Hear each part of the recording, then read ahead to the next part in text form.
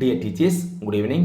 UGTRB Physical Education எக்ஸாமுக்காக முதல் பாடமான principles and history of physical education பாடத்தில் பண்டைய கிரேக்கத்தில் உடற்கல்வி பகுதியில் கேள்விகளை படிக்கலாம். பண்டைய கிரேக்கர்கள் உடற்கல்வியை எதற்காக முக்கியமாக எண்ணினர்? உடல் மற்றும் மனம் சமநிலையை அடைய. ஓகேவா, உடலும் மனமும் சமநிலையை அடையத்தான் பண்டைய கிரேக்கர்கள் உடற்கல்வி மற்றும் விளையாட்டு பயிற்சிகளில் ஈடுபட்டனர். தென் பண்டைய கிரேக்கர்களுடைய உடற்கல்வி கொள்கை என்ன? உடல் மற்றும் மன வளர்ச்சி ஆகும்.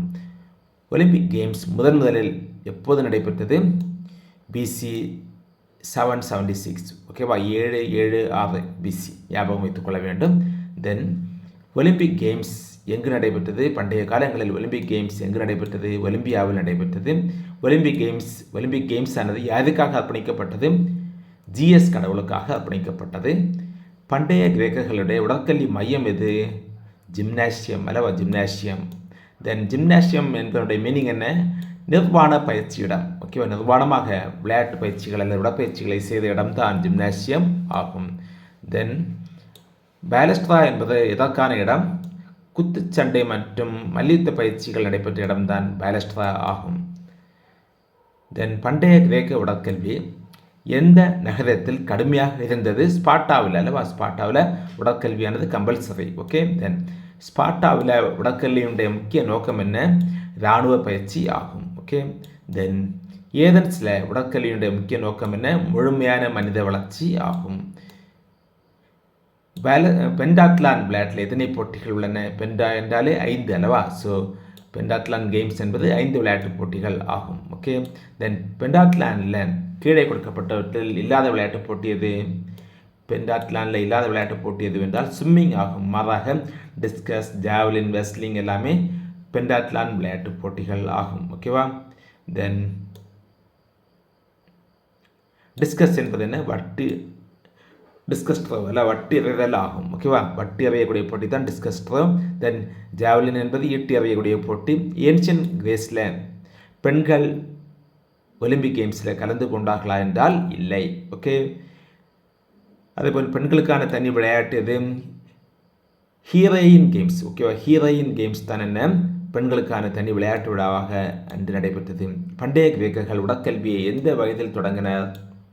7 வயதில் அல்லவா. பண்டைய கிரேக்கர்கள் உடற்கல்வியை 7 வயதில் தொடங்கினர். ஜிம்னாஸ்டிக் பயிற்சியுடைய முக்கிய அம்சம் என்ன? ஜிம்னாஸ்டிக் பயிற்சியுடைய முக்கிய அம்சம் என்னவென்றால் உடல் அழகு ஆகும். ஓகே, உடல் அழகாக வைக்கத்தான் ஜிம்னாஸ்டிக் பயிற்சிகளில் ஈடுபட்டனர்.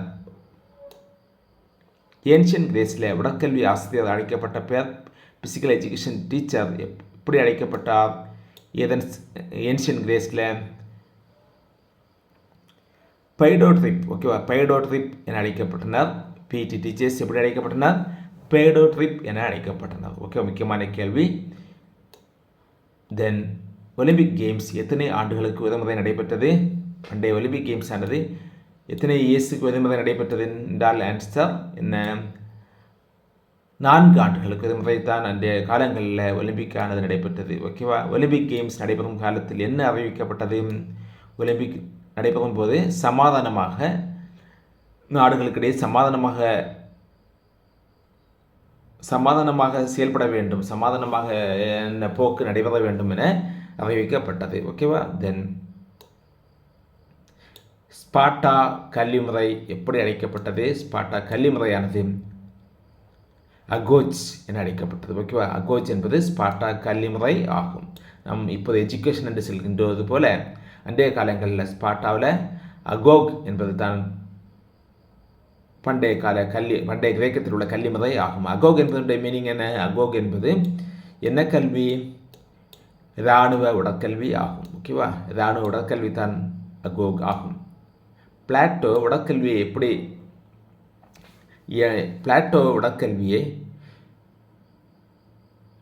தேவையில்லை என்றாரா, முக்கியம் என்றாரா, பொழுதுபோக்கு என்றாரா, ஆபத்து என்றாரா? முக்கியம் அல்ல, உடற்கல்வி என முக்கியம் என்றவர் பிளாட்டோ. ஓகே, உடற்கல்வி முக்கியம் என்றவர் பிளாட்டோ. அதே போன்று அரிஸ்டாட்டிலானது பிளாட்டோ உடற்கல்வி முக்கியம் என்றால் அரிஸ்டாட்டிலானது உடற்கல்வியை எப்படி சொன்னார்? உடல் மற்றும் மனமானது சமநிலையை அடைய செய்ய வேண்டிய ஒன்று என எண்ணினார். ஓகேவா, அரிஸ்டாட்டில் உடல் மற்றும் கிரேக்கர்களுடைய கொள்கை போன்று உடல் மற்றும் மனமானது சமநிலை அடைய வேண்டும் என்பதற்காக கண்டிப்பாக உடற்கல்வியில் ஈடுபட வேண்டும், உடற்பயிற்சிகள் செய்ய வேண்டும் அல்லது விளையாட்டு பயிற்சிகளில் ஈடுபட வேண்டும் என்றார். ஓகேவா? தென் ஏன்ஷியன் கிரேஸில் உடற்கல்வியானது எந்த இடத்தில் நடத்தப்பட்டது?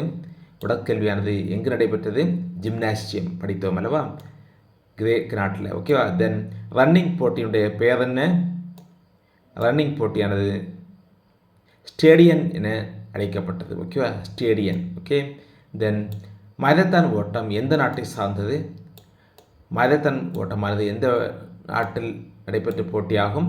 கிரேஸ். ஓகேவா? கிரேக்க நாட்டில் தான் இந்த மாரத்தான் ஓட்ட போட்டி முதன்முறையாக நடைபெற்றது. ஓகேவா? ஏன்ஷியன் கிரேஸில் உடற்கல்வி எதோடு இணைக்கப்பட்டது?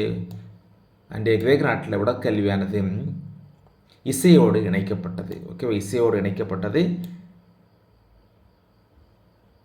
உடற்கல்வி மூலம் வளர்க்கப்பட்ட பண்பு என்ன? உடற்கல்வி மூலம் தைரியம் பண்பானது வளர்க்கப்பட்டது. ஓகேவா? ஏன்ஷியன் கிரேஸில் விளையாட்டுகள் எங்கு நடைபெற்றது என்றால் ஸ்டேடியத்தில் நடைபெற்றது. வெஸ்ட்லிங் கிரேக்கத்தில் எதற்காக பிரபலமானது? போர் பயிற்சிக்காக பிரபலமானது தான் இது வெஸ்ட்லிங் ஆகும். ஓகே. கிரேக் அத்லட்ஸ் எப்படி பயிற்சி செய்தனர்?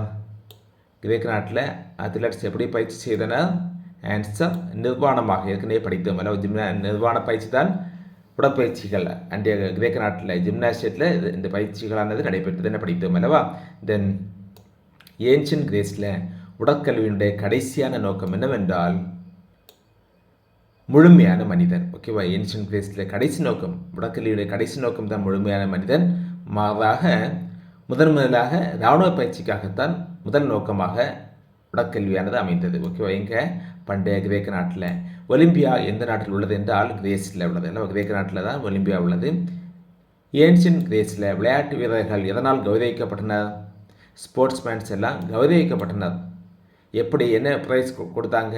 அன்றைய கிரேக்க நாட்டில் ஆலிவ் மாலை. ஓகே, ஆலிவ் மாலை சூடி அவர்கள் கௌரவிக்கப்பட்டனர்.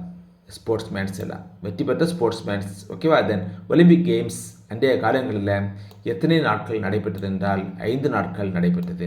ஏன்ஷியன் கிரேஸில் உடற்கல்வி என்பது எந்த வகை கல்வி? கிரேக்க நாட்டில் உடற்கல்வி என்பது அடிப்படை கல்வியாக அமைந்தது அல்லவா, அடிப்படை கல்வி. தென் கிரேக் கல்வி முறையானது எதை வலியுறுத்தியது? கிரேக் கல்வி முறையானது உடல் மற்றும் மனம் வளர்ச்சிக்காக உடல் மற்றும் மனமானது சமநிலை அடைய வேண்டும் என்பதை வலியுறுத்திய கல்விதான் எந்த கல்வி? கிரேக்க கல்வி முறை ஆகும். ஒலிம்பிக் கேம்ஸ் கடைசியாக எந்த ஆண்டு நடைபெற்றது என்றால், அல்லது எந்த ஆண்டு ஸ்டாப் பண்ணாங்க என்றால் ஒலிம்பிக் கேம்ஸை AD 393 அல்லவா, AD 393. ஓகேவா? 393 ஞாபகம் வைத்துக் கொள்ள வேண்டும். தொடங்கப்பட்ட ஆண்டு 776 BC. கடைசியாக நடைபெற்ற ஆண்டு ஏன்ஷியன்ட் ஒலிம்பிக் கடைசியாக நடைபெற்ற ஆண்டு 393 AD. ஓகேவா? தென் ஒலிம்பிக் கேம்ஸ் யார் மூலம் நிறுத்தப்பட்டது? கடைசியாக ஒலிம்பிக் கேம்ஸை ஸ்டாப் பண்ண மன்னனுடைய நேம் என்னவென்றால் எம்பரர் தியோடியஸ். ஓகேவா? தியோடியஸ் மன்னனால் ஸ்டாப் பண்ணப்பட்டது தான் இந்த ஒலிம்பிக் கேம்ஸ், பண்டைய ஒலிம்பிக் கேம்ஸ். பண்டைய ஒலிம்பிக் கேம்ஸ் ஆனது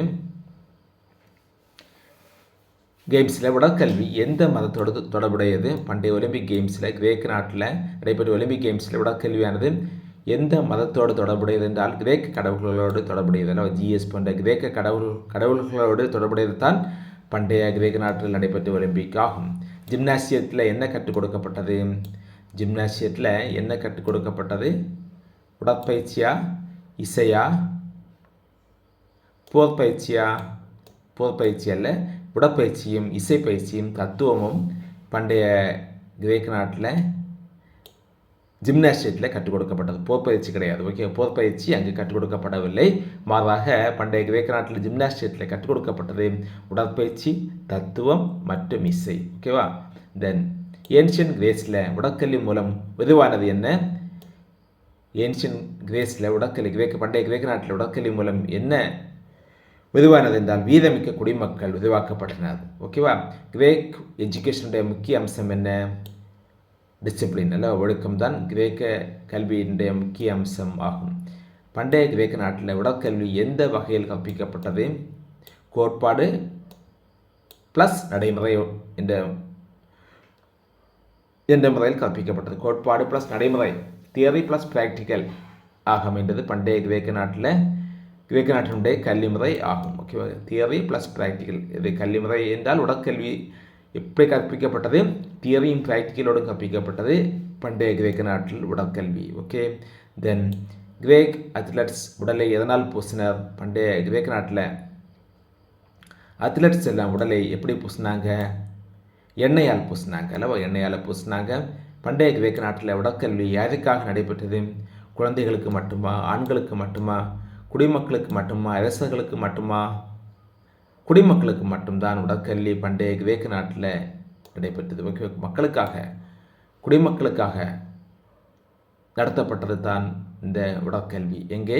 பண்டைய கிரேக்க நாட்டில். ஓகேவா, தென் பண்டைய கிரேக்க நாட்டில் பிசிக்கல் எஜுகேஷன் உலகிற்கு அளித்த மிகப்பெரிய பங்களிப்பு என்னவென்றால் ஒலிம்பிக் கேம்ஸ். ஓகேவா, பண்டைய கிரேக்க நாட்டில் உடற்கல்வியானது உலகிற்கு அளித்த மிகப்பெரிய பங்களிப்பு தான் இந்த ஒலிம்பிக் விளையாட்டுப் போட்டிகள்.